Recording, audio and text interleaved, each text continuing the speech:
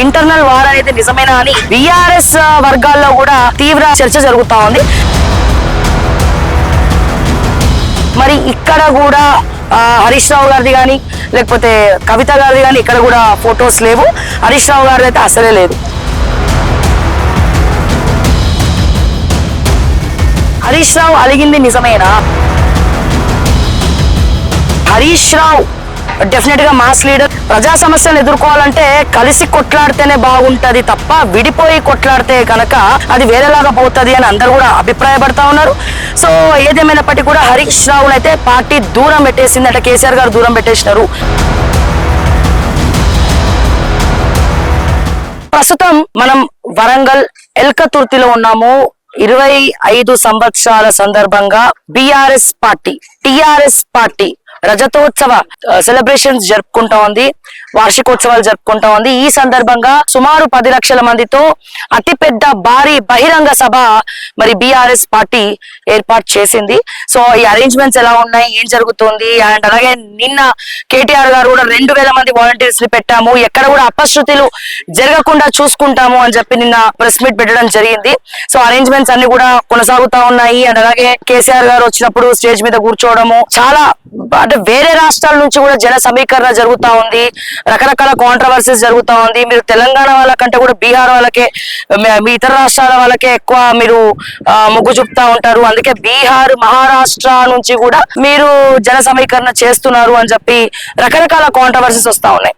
So ఈ controversies ఏంటి, దీనికి చెక్ పెట్టేది ఎవరు, ఈ అన్ని అంశాలు తెలుసుకోవడానికి కూడా ఓకే టీవీ ఎక్స్క్లూజివ్ గా ఇక్కడ వరంగల్ ఎల్కతుర్తికి రావడం జరిగింది.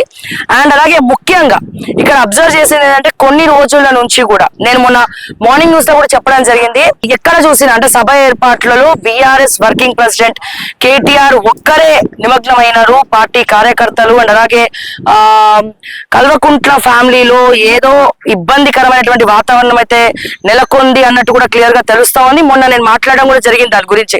అంటే హరీష్ రావు ఎందుకో ఈ రజతోత్సవ సభ ఏర్పాట్లకు కావచ్చు లేకపోతే వార్షికోత్సవాలకి దూరంగా ఉన్నారు, హరీష్ రావుని తప్పించే ప్రయత్నం చేస్తా ఉన్నారు.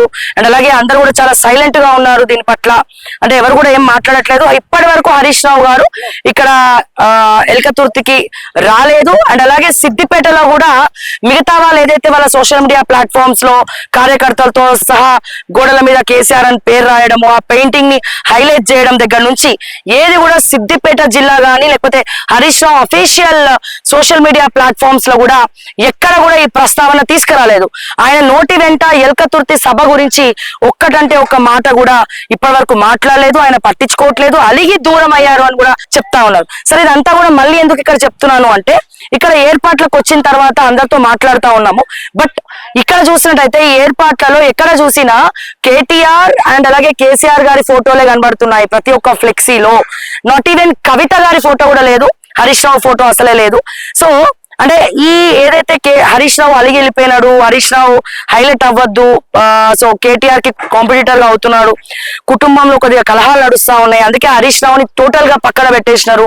అందుకే పార్టీ పగ్గాలు కావచ్చు లేకపోతే ఈ సభ ఏర్పాట్లు కావచ్చు వర్కింగ్ ప్రెసిడెంట్ గా కేటీఆర్ కి అప్పచెప్పడం జరిగింది. అందుకే హరీష్ రావు పట్టించుకోవట్లేదని చెప్పి ప్రభుత్వంలో కాంగ్రెస్ పార్టీ అధికారులు మాట్లాడుతున్నారు, అటు బీజేపీ వాళ్ళు మాట్లాడుతూ ఉన్నారు. అండ్ అలాగే ఇంటర్నల్ గా మరి పార్టీ కార్యకర్తలు కూడా చర్చ పెట్టుకుంటున్నా ఉన్నారు. అంటే కుడి భుజం లాగా ఉండేటువంటి హరీష్ రావు గారు ఎందుకు దీంట్లో ఇన్వాల్వ్ అవ్వట్లేదు అనే చర్చనీయాంశం అవుతా ఉంది. సో ఇక్కడ మీరు చూసినట్టయితే ఇక్కడ కేసీఆర్ గారి ఫోటో కనబడతా ఉంది, అక్కడ 25 బీఆర్ఎస్ కారు కేటీఆర్ ఫోటో మీద అక్కడ లోగోలో కూడా కేటీఆర్ ఫోటో మాత్రమే ఉంది. భారత రాష్ట్ర సమితి రజతోత్సవాలు బీఆర్ఎస్ రజతోత్సవ సభ, ఇక్కడ కేసీఆర్ గారు మాజీ ముఖ్యమంత్రి వర్యులు అండ్ అలాగే ఇక్కడ మన బీఆర్ఎస్ వర్కింగ్ ప్రెసిడెంట్ మాజీ మంత్రి వర్యులు, సో కేటీఆర్ గారు ఫోటోలు మాత్రమే ఉన్నాయి. ఇక్కడ ఎక్కడ కూడా హరీష్ రావుది గానీ లేకపోతే కవిత గారిది కూడా ఎక్కడ ఫొటోస్ కనబడట్లేదు. నాట్ ఓన్లీ ఇక్కడ మాత్రమే కాదు, ఎంట్రన్స్ లో అక్కడ మనం ఎక్కడైతే సభ గులాబీ జెండాలు కనబడుతున్నాయో ఆ గులాబీ జెండాల నుంచి ఎక్కడ చూసినా యాజ్ ఆఫ్ నౌ అంటే ఈ రోజు వరకు, అంటే రేపటి ఎల్లుండి మరి కంటెంట్ రిలీజ్ అయిన తర్వాత లేకపోతే కాంట్రవర్సీ ఎందుకని పెడతారా లేదా తెలియదు కానీ ఇప్పటి వరకు అక్కడ ఎంట్రన్స్ నుంచి ఇక్కడ వరకు చూసినట్టయితే యాజ్ ఆఫ్ నౌ ఇప్పటి వరకు ఒక ఫోటో మాత్రం హరీష్ రావుది కనబడలేదు. సో ఇక్కడ చూసినట్టయితే ఇక్కడ కూడా బీఆర్ఎస్ ఎట్ 25, ఎస్ మీరు ఇక్కడ చూసినట్టయితే ఇక్కడ కూడా బీఆర్ఎస్ ఎట్ 25 years అనే ఉంది. ఇక్కడ కూడా కేటీఆర్ మాత్రం జోరుగా కేటీఆర్ ఫ్లెక్సీ కనబడతా ఉంది. అండ్ ఇక్కడ కూడా కేసీఆర్ గారు ఫ్లెక్సీ కనబడతా ఉంది. మరి ఇక్కడ కూడా హరీష్ రావు గారిది కానీ లేకపోతే కవిత గారిది కానీ ఇక్కడ కూడా ఫొటోస్ లేవు. హరీష్ రావు గారిది అయితే అసలే లేదు. సో అంటే హరీష్ రావు అలిగింది నిజమేనా, ఈ ఇంటర్నల్ వార్ అనేది నిజమేనా అని బిఆర్ఎస్ వర్గాల్లో కూడా తీవ్ర చర్చ జరుగుతా ఉంది. ఏదేమైనప్పటికీ కూడా హరీష్ రావు డెఫినెట్ గా మాస్ లీడర్ అండ్ అలాగే కేటీఆర్ కూడా ఇద్దరు కూడా ఒక మంచి సబ్జెక్ట్ ఓరియంటెడ్ పర్సన్స్. అంటే ప్రజా సమస్యలు ఎదుర్కోవాలంటే కలిసి కొట్లాడితేనే బాగుంటది తప్ప విడిపోయి కొట్లాడితే కనుక అది వేరేలాగా పోతుంది అని అందరు కూడా అభిప్రాయపడతా ఉన్నారు. సో ఏదేమైనప్పటికీ కూడా హరీష్ రావును అయితే పార్టీ దూరం పెట్టేసింది. అంటే కేసీఆర్ గారు దూరం పెట్టేసినారు, ఎటువంటి వ్యవహారాల్లో ఇన్వాల్వ్ చేయనియట్లేదు. అందుకే హరీష్ రావు కూడా అలిగి మరి ఈ రజతోత్సవ పెయింటింగ్ కూడా ఆయన ఎక్కడ కూడా సోషల్ మీడియాలో దీని ఊసు కూడా ఎత్తలేదు అని మాత్రం క్లియర్ గా చర్చనీయాంశం అవుతోంది. మరి చూద్దాం, వేచి చూద్దాం. మరి ఇక ముందు నెక్స్ట్ రోజు నుంచి అయినా మరి ఏమైనా ఫ్లెక్సీస్ లో హరీష్ రావు ఫోటో కనబడుతుందా, మరి ఏమన్నా ఆయన ఇక్కడికి వచ్చే ప్రయత్నం చేస్తారా, మరి ఏం జరుగుతోంది బీఆర్ఎస్ లో అనేది కూడా మనం కొన్ని రోజులు వేచి చూస్తే తప్ప మనకు తెలియదు. ఎనీవేస్ మరిన్ని అప్డేట్స్ కోసం చూస్తూనే ఉండండి ఓకే టీవీ. అంటల్ దెన్ నేను మిస్టర్ రావ్య. జై తెలంగాణ, జై హింద్.